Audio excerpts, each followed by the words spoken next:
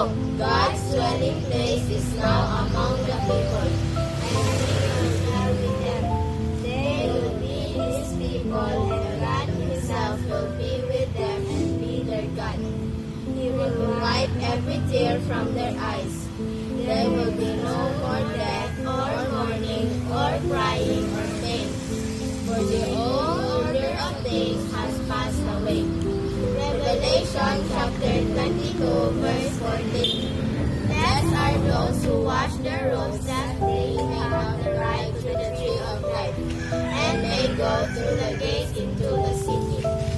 2 Corinthians chapter 4, verses 16 to 18. Therefore we do not lose heart. Though outwardly we are wasting away, yet inwardly we are being renewed day by day. For our slight and momentary troubles are achieving for us an eternal glory that far outweighs them all. So we fix our eyes not on what is seen, but on what is unseen. Since what is seen is temporary, but what is unseen is eternal.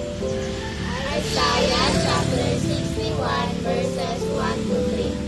The Spirit of the Sovereign Lord is on me, because the Lord has anointed me to proclaim good news to the poor. He has sent me to bind up the brokenhearted, to proclaim freedom for the captives and release from darkness for the prisoners, to proclaim the year of the Lord's favor and the day of vengeance of God, to comfort all who mourn, and provide for those who live in Zion, to bestow on them a crown of beauty instead of ashes, the oil of joy instead of mourning, and a garment of praise instead of a spirit of despair. They will be called oaks of righteousness, a planting of the Lord for the display of His splendor. John chapter 6, verse 63. The Spirit gives life, the flesh counts for nothing. The words I have spoken to you, they are full of the Spirit and life.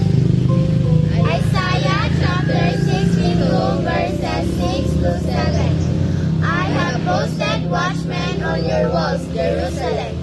They will never be silent day or night.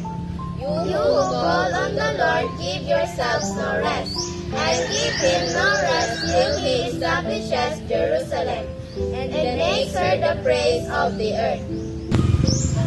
Ephesians chapter 2, verses 21 to 22. In Him the whole building is joined together and rises to become a holy temple in the Lord.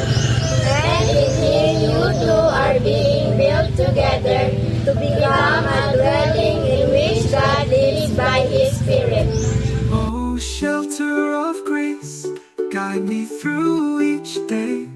In your mercy I'll find my way. Lost in your